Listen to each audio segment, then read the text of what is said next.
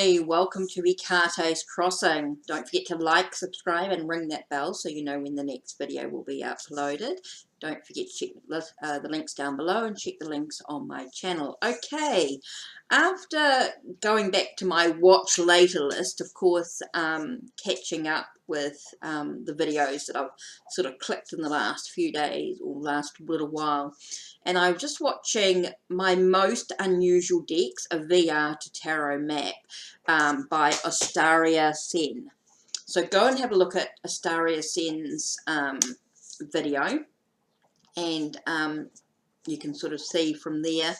Anyway, we'll go back to tarot map, the VR to tarot map, and my most unusual decks. Now, I had seen this before on other channels, but I'd sort of been putting it off because I couldn't really think what was my most unusual decks. So, with that in mind, I had a bit of a look-see, and I really think I've got a few ideas.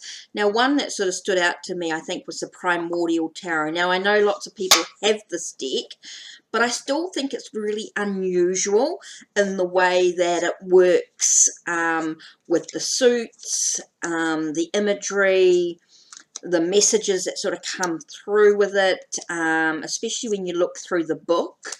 I really believe that this is quite unique in its own approach. So to me, I think this is a very unusual deck to work with. Certainly not a beginner's deck. Definitely for someone who's been maybe working with tarot for a little while. I have moments when it becomes clear, and then other times still not quite 100%. But I'm getting there slowly. I think this is a deck that's going to take me a long time to really sort of get to know. When you look at the different suits, the imagery, the messages that actually come through, and what's written in the book, I think are very unique and very unusual. This is definitely an unusual deck in many ways. I mean, you look at the Chariot here, when it's about invention, imagination. It's definitely about, you know, your being a visionary in some way. Quite different than the normal Rider-Waite-Smith or normal Chariot cards in many decks. So it really does look at things differently. Like the Wheel of Fortune here is actually called Time, or number 10 is actually called Time. So this is very much about timing. So this is talking very much about looking at time in many ways and how it affects us. The sevens talk about looking into the past or to the future, maybe looking to lost. If it's seven of nature, is looking about lost knowledge. The seven of souls is about looking to the future, and the seven of the jewels is about looking to the past. So it really, there are lots of different ways of really reading with this deck, which I think is quite unique in its own way. So that to me is definitely a very unusual tarot deck to start with, is definitely that one. Okay, another unusual tarot deck that I got was a Kickstarter.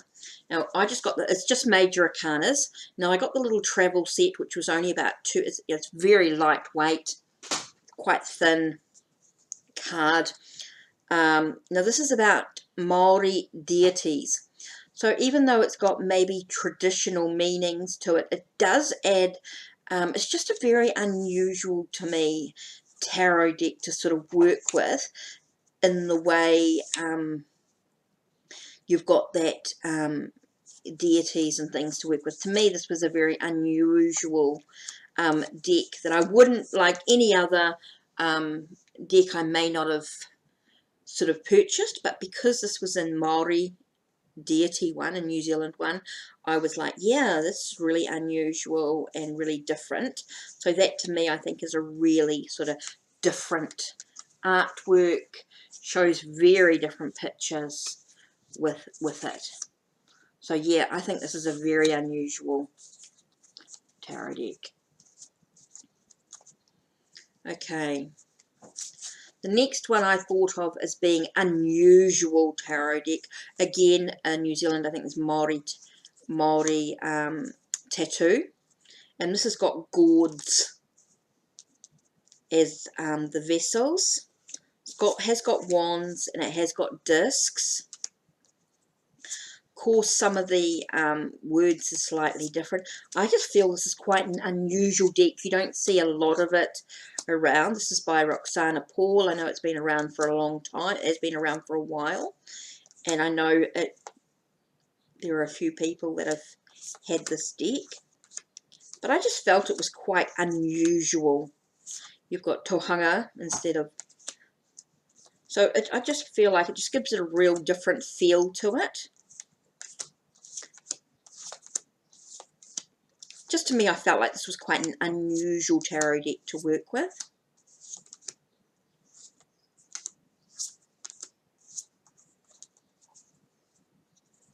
And it does have swords. I think it's the gourds that sort of make it a little bit different. But also, I just feel like the imagery is quite unique in its approach.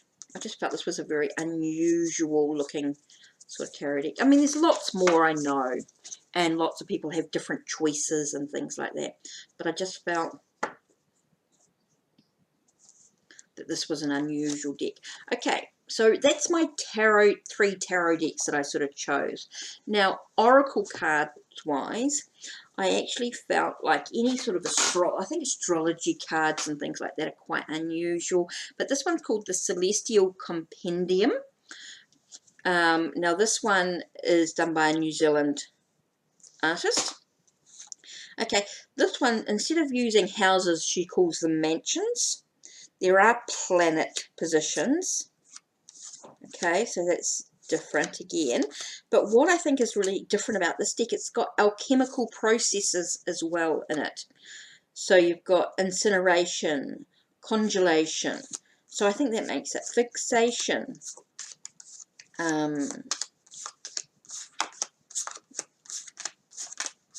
What else? Digestion. So I think that's what makes this deck quite unique, or quite unusual, is because it has the alchemical processes in with the normal planets, houses, and sun signs. You know, astrological zodiac signs as well. Separation, calcination. Now, also, this works with the 8th ray creation goddess. Now, Franchelle, the creator of this deck, she works very much with the 8th ray creation goddess Isis, Urania, and you can find all the information on her website. But so this is the Celestial Compendium. So you got dissolution. So I just felt this was quite a sort of a unique distillation. So I just felt this was a very unique or unusual deck in the way that they combine these cards. I just feel like you can really sort of work with this when you look at, so you can sort of separate the cards out and choose one card for each, or you could just randomly choose 1 or 2 cards anywhere in the pack and just see what comes out. And if you get 2 the same, you know, from the same place, they sort of have a deeper meaning for you in regards to a situation. So that's something different. Now, another deck I sort of picked up was actually a healing Jinjitsu. Okay, really cool in the way that you can learn about how to deal with the healing energy. It does show you little pictures and how to work with the body. There's different aspects of this, the safety locks, the second, I mean, there's quite a lot into it. Lung function, safety lock 23, heart function. I mean, there's quite a lot in it. But what I want to say is what I love about this deck, which is really cool, is it has little affirmations like the heart function energy says, realizing my true self. The safety energy lock 23 says, I trust and I am supported by life.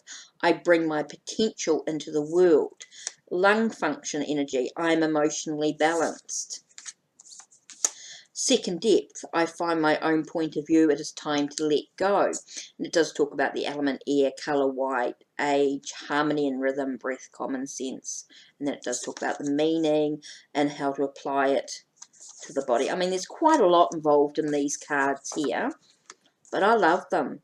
It just gives me another way of sort of, you know, I can choose one for the day, look at the affirmation, look at the way that you can apply the healing in the body. As you can see here, applying the 6 steps, how you put your hands underneath your arms here, and can use that to really apply the healing process. So this to me was a very unusual deck to me, in the way that it sort of was more of a healing, you know, teaching you how to use the self for self-healing. This is a self-healing deck. I wouldn't use it with anyone else. I wouldn't try it on anyone else. This is just about trying it for yourself. Some of the positions and things, safety energy locks, and where to put them on, you know, where to put them, your hands and things like that.